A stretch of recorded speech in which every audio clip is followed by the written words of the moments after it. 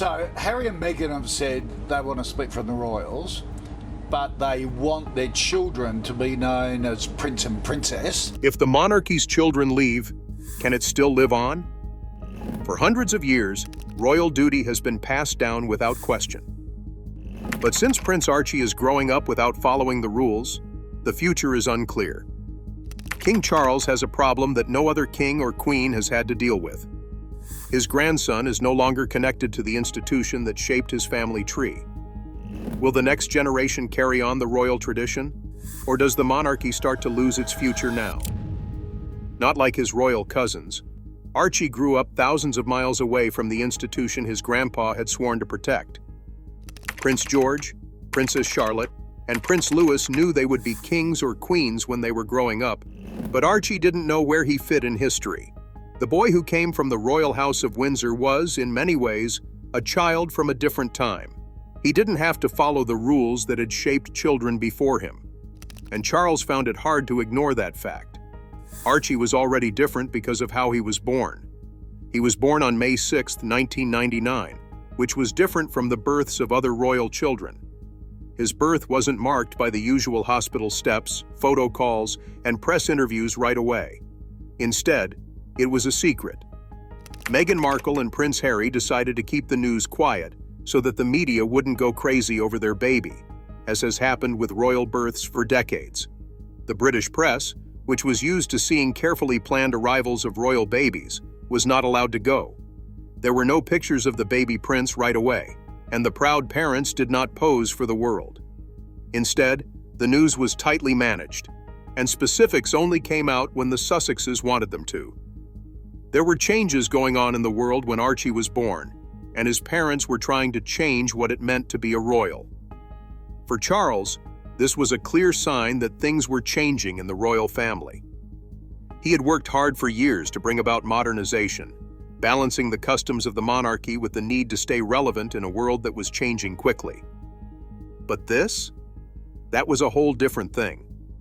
It made sense that Harry would want to be alone, but it also showed a deeper problem. Harry was becoming more and more distant from the institution that had shaped him. This gap got even bigger in January 2022, when Harry and Meghan did something that had never been done before. They quit their jobs as top members of the royal family. Buckingham Palace was shocked when the news came out in the form of an Instagram post instead of a formal royal statement. The couple's choice wasn't just about their own freedom.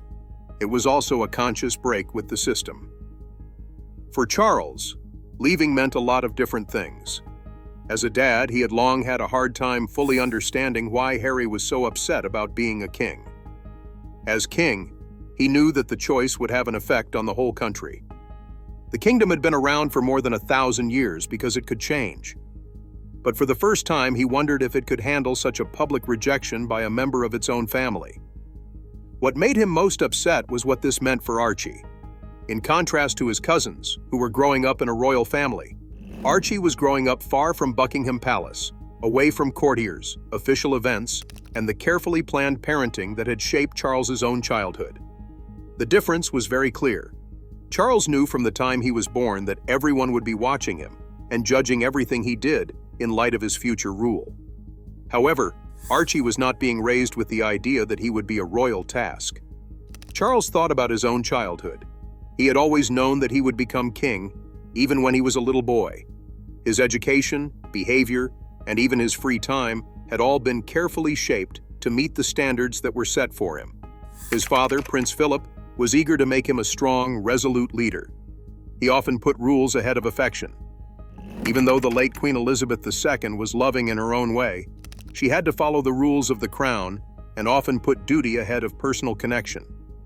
Charles wasn't able to question his place in the royal family because his path had already been planned. But here was his grandson, who didn't seem to be affected by the institution that had shaped every generation before him. Was that a good thing? Or was it that something important was being lost? The title question was a whole different story. The 1917 letters patent from King George V said that the title of prince or princess could only be given to the male grandchildren of the current king. Queen Elizabeth II was still on the throne when Archie was born. This meant that Archie was her great-grandson, and could not have an official title. Still, there was a history of making adjustments. In the year 2000, Queen Elizabeth released a letters patent that said all of Prince William's children would be princes and princesses. This move made them even more royal and set them up for future jobs in the monarchy. Archie had not been given this kind of break. Titles were a big part of the conversation about Harry and Meghan's place in the royal family as a whole. Was the loss of a title just a matter of convention, or did it mean something more? Had Harry and Meghan turned it down because they wanted to give their son a life without royal duties? Or had the palace decided not to treat the children of William with the same care as they did William's children? Charles thought about his part in all of this while the questions hung over him. As king, it was his job to protect the kingdom and keep it going. But as a grandfather, he felt something more personal. The sadness that came from knowing that one of his grandkids might grow up feeling like an outsider to the very thing that had tied their family together. When Charles finally had a chance to talk to Archie, it wasn't a normal encounter. There wasn't a big argument or an exciting exchange of words. Instead, it was a moment of being aware. It was too early for Archie to understand how complicated royal succession was. He also didn't know why his name was being brought up in a bigger conversation about duty, identity, and the future of the monarchy. But when Charles looked at him, he couldn't help but wonder what would happen next. Why would Archie ever want to be close to the royal family? Or would he see it as something far away and different from who he is as a person? The kingdom had been around for hundreds of years by sticking to its traditions. But could it keep going if the next generation had no ties to it? That was the question Charles had to answer. There was something about that quiet moment with his grandson that made him feel like history was changing right in front of his eyes. Charles had tried for years to find a balance between job and family, but the weight of expectations had always made it impossible. He had grown up under the monarchy's strict rules, and the system controlled everything he did. When he became king, he thought back on the events that had made him who he was, events that were very different from those of his grandson. As a kid, he had been taught honor and duty. Charles was raised by Queen Elizabeth II and Prince Philip, so he was expected to follow the strict rules of royal life from a very young age. His father had raised him with discipline because he believed in teaching kids to be strong, independent, and obedient. Charles was sent to Cheam School, a prep school known for its strict rules, when he was 8 years old. But it was his time at Gordonstoun, the Scottish high school his dad made him go to, that had the biggest effect on him. He had been sent to Gordonstoun to get tougher, to give him the courage Philip thought was needed to be a leader. But for Charles, the event made him feel alone. It had felt more like punishment than instruction when the school stressed stamina, hard physical training, and being self-sufficient. He had a hard time with the strict setting, being picked on, and feeling lonely all the time. After many years, he would say that his time there was like a prison sentence. Charles saw a big difference when he looked at Archie now. As his grandson grew up, he didn't have to deal with the demands that had been so hard on him in the past. He wouldn't go to a boarding school in the middle of nowhere or have to follow strict rules that were meant to prepare him for a life of service. Instead, Archie had a childhood that was very different from the structured atmosphere of the monarchy. In this childhood, personal identity was more important than royal duty.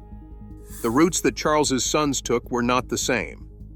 Even though he tried to give them a kinder childhood than he had, the responsibilities of being a king had always been there. As the coming king, William was raised with a clear sense of what was going to happen to him. He was taught the value of duty from a very young age. He went to official events and met important people before he was old enough to understand what it all meant. There were times when things were normal, like when they went on vacation with their mother or laughed together behind the palace walls. But there was always the weight of expectation. Harry, on the other hand, had a hard time with how strict royal life was. He wasn't born into a clear role like William was. He wasn't a son, and he wasn't completely free. In ways Charles hadn't planned, being the spare, as he would later call himself, had changed his life. His brother had less freedom than he did, but that freedom had made him feel unsure. What role did he play in the monarchy? What function did he really perform? These questions had been around for years without being answered. When Charles thought about Harry's problems, he couldn't help but wonder if Archie was going through the same things. A sense of normalcy that Harry had always felt just out of reach had been something he had long sought after outside the palace walls. He had built that life in a different country, away from the organization that had made him who he was. Archie was growing up in a world that was very different from the one his father had left behind, but he was still too young to understand it all. As an adult, would he be glad to no longer have to live up to royal standards? Or would he one day wonder about the legacy that had been kept from him? The question had been asked before. The British monarchy had been through similar problems in the past, when younger generations were at odds with the system they were born into. The most well-known of these was when King Edward VIII gave up his throne, which shook the kingdom to its core. Edward put love ahead of duty when he gave up the throne in 1936 to marry Wallis Simpson, an American divorcee.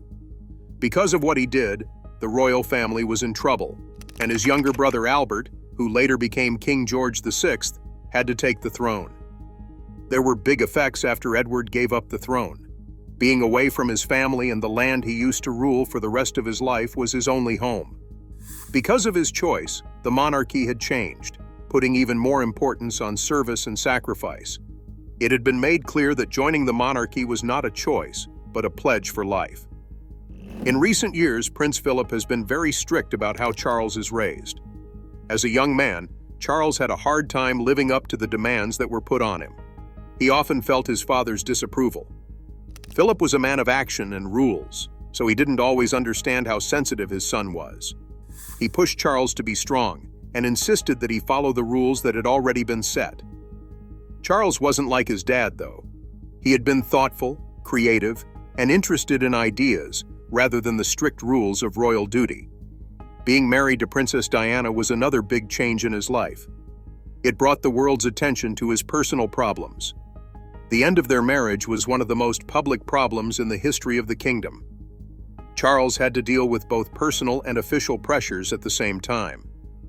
As Charles thought about these events from his past, he understood that the monarchy had always been about finding the right balance between duty and personal sacrifice. During her 70-year rule, his mother, Queen Elizabeth II, had shown this balance. She had given up her own wants for the institution's sake, putting the crown above all else. Did that still seem like the plan, though? Did young people still feel the same way about the monarchy? William thought the answer was yes. He took on his job with the same sense of duty that his grandmother had shown him. He took on the duty and started getting ready for the day he would take the throne. What about Harry, though? What about Archie? It was not up to Charles to decide what would happen with his child. Archie would grow up with his parents and not with the royal family in mind. Charles' life used to be ruled by customs, but Archie's life would not be ruled by them in the same way. What did that mean for the monarchy's future, though? As Charles thought about these questions, he came to a truth he had been trying to avoid for a long time. The British government had been around for hundreds of years by changing with the times without losing sight of its main goal. But could it stay alive if young people didn't care about it anymore? In today's world, would a kingdom that didn't last still have a place? He always thought that the institution would be able to stand the test of time. One son was getting ready to be king, another was making a life for himself outside of the system, and his grandson was growing up in a completely different world. This was the first time he felt a lingering sense of insecurity. What would happen to the crown's heritage in the next generation? Or was this the start of a change that would make the monarchy forever different? Charles had always thought that being a ruler meant sticking it out. It stood strong as a sign of continuity, even as the world around it changed through wars, scandals, and political changes. The institution had made it through times of trouble, often by redefining itself along the way. But now, for the first time, Charles wondered if it could handle something much more subtle: the slow drift of a whole generation away from its customs. He knew from experience how weak family ties could get when no one was looking after them. The British government has always been based on duty and rank, with each generation expected to carry on the work of the previous generation. But the past few years have shown that those hopes were no longer valid. When Prince Harry and Meghan left, it showed that there was a growing rift between the younger royals and the family they were born into. Charles thought about this change and couldn't help but wonder if his actions, or lack of actions, had anything to do with it. The monarchy had a hard time finding a balance between duty and personal rights for a long time. Queen Elizabeth II was always loyal to the crown. She set a high level of service that was the norm during her reign. But not every queen had been as devoted as she was. It was made very clear during the abdication issue of 1936 that the crown could be affected by personal choices.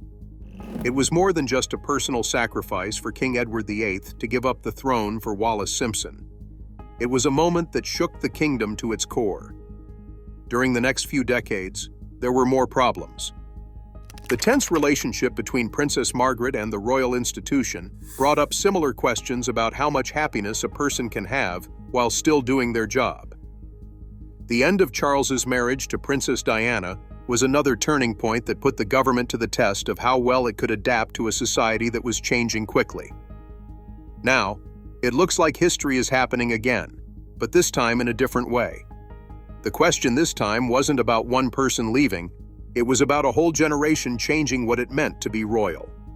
Because of what he stood for, Archie was at the center of this change, not because of anything he had done.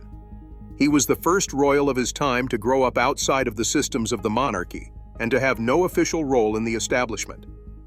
Until now, Charles had never been here before. The government had always been based on the idea that people who were born into it would stay in it. Even people like Princess Margaret, Prince Andrew, and Prince Harry, who had trouble with their place in the royal family, had been shaped by the organization. But Archie? He was different.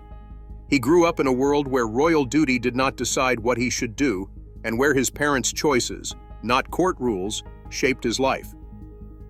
Charles had been putting off facing this truth for a long time. He had told himself that time would make things clearer and that things might change one day. Archie and the royal family, on the other hand, became farther apart every year. It was clear that his grandson had no real ties to the royal family, and that made people wonder things that could not be ignored. When talking about the Sussexes' decisions in public, Charles had always followed the rules of royal protocol. In private, though, things were much more complicated. As king, he was in charge of the institution and making sure it would stay alive. As a grandfather, he had ties to people outside of the crown. The issue of Archie's title had made people talk more about his role in the government. The 1917 letters patent by King George V set the rules for royal titles. They said that only the male descendants of a living monarch could be called prince or princess by their grandchildren. Archie wasn't given a title right away because Queen Elizabeth II was still on the throne when he was born. There were times when allowances were made.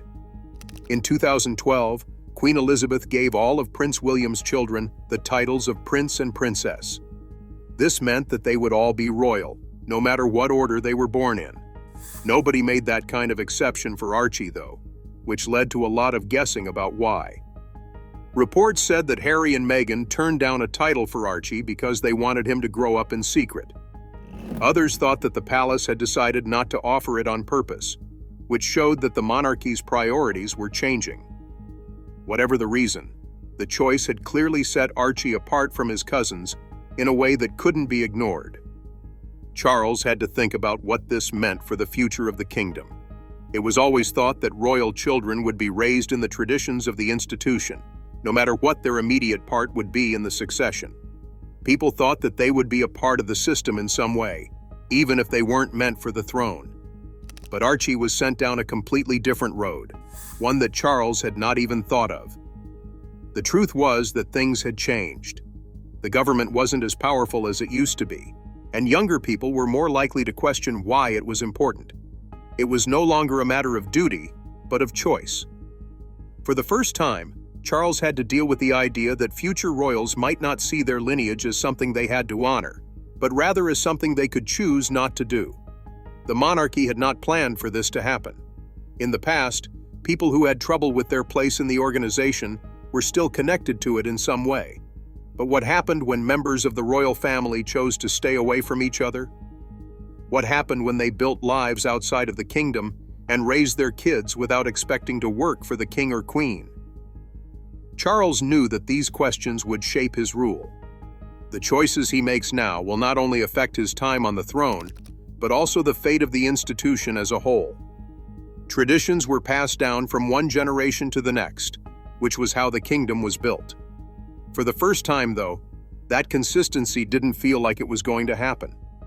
The British government had been around for a long time because it was able to change. But could it live on if the people born into it lost faith in its purpose? That was the question Charles had to answer. As he thought about how his family was changing, he couldn't help but wonder if the kingdom was now at a turning point it had never been to before. Charles had always known that continuity was important for the throne. It had lived on for generations, not because of one person, but because of its ability to last. Still, when he thought about his family, he felt like the continuity was no longer safe for the first time in their long past. In his power, he had done everything to keep the throne important. Over the years, he had pushed for modernization and a cut-down royal family that mirrored how people's values were changing. But no amount of adapting could change the fact that the world was changing in ways that the government had never seen before. Charles couldn't avoid the question, what if the future of the monarchy was no longer in my hands? This was at the heart of the change. The royal family had believed for generations that its members would take pride in their jobs and that duty would always come before personal wants. Even people like Princess Margaret, Prince Andrew, and Prince Harry, who had problems with their jobs, had been shaped by the organization. As of now, though, there was a first-time chance that future royals might not feel held back by custom at all. Charles had never dealt with anything like Archie before. He was a royal child who grew up outside of the monarchy, not being affected by its rules or standards. Charles couldn't help but think about what that meant for long-term. Would Archie feel disconnected from his royal family as he grew up? He might start to think that the royalty is out of date and from a different time. He wasn't afraid of change, but the thought made him feel uneasy because he had spent his whole life making sure the institution stayed important. He had seen the government get through crisis after crisis and always come out on top. But this wasn't like that. That wasn't a scandal or a political move. That was a change in generations that could not be undone. While she was queen, his mother had times when she wasn't sure what would happen, but she always believed that the government would last.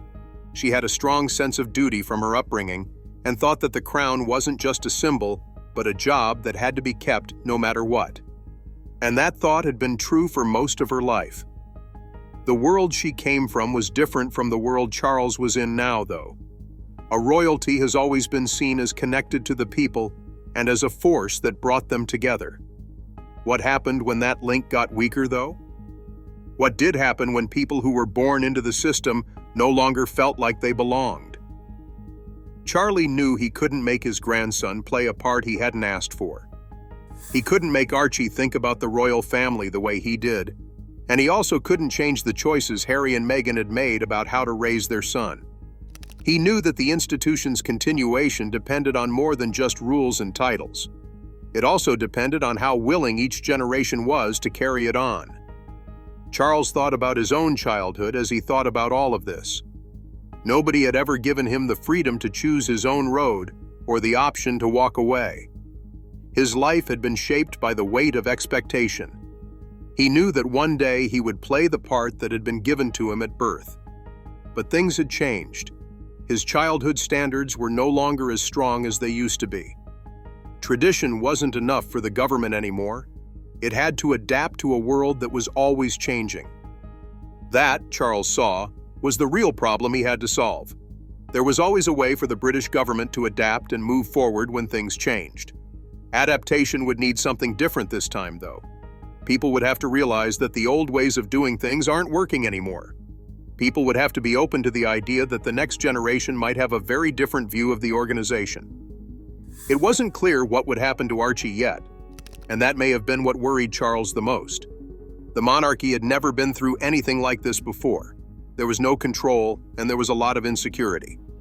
But as he thought about the future, he knew that the decisions being made now would have an effect on the school for many years to come.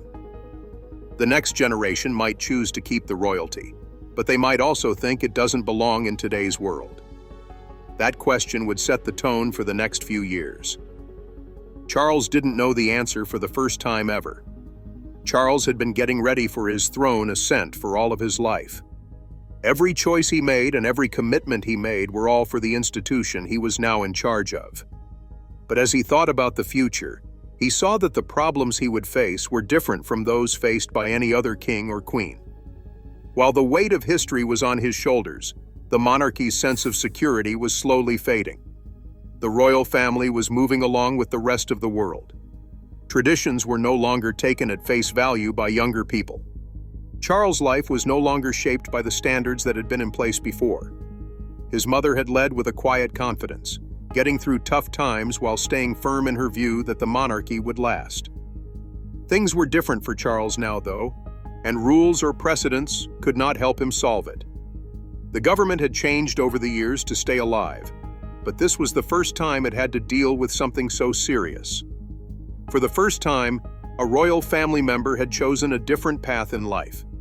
They had not only stopped doing their royal tasks, but they had also decided to raise a child without any help from the royal family. Archie's childhood would be different from that of his friends, and from that of the generations before him. He grew up without any links to the royal family, so he wasn't limited by what the royal family expected of him. In the years to come, what does that mean? Was Archie going to feel linked to his heritage? Or would the monarchy become something far away and unimportant to him? That was something Charles couldn't ignore. This could have been the first sign that the royalty would no longer be able to claim the loyalty of future generations. He knew what would happen if the organization didn't change.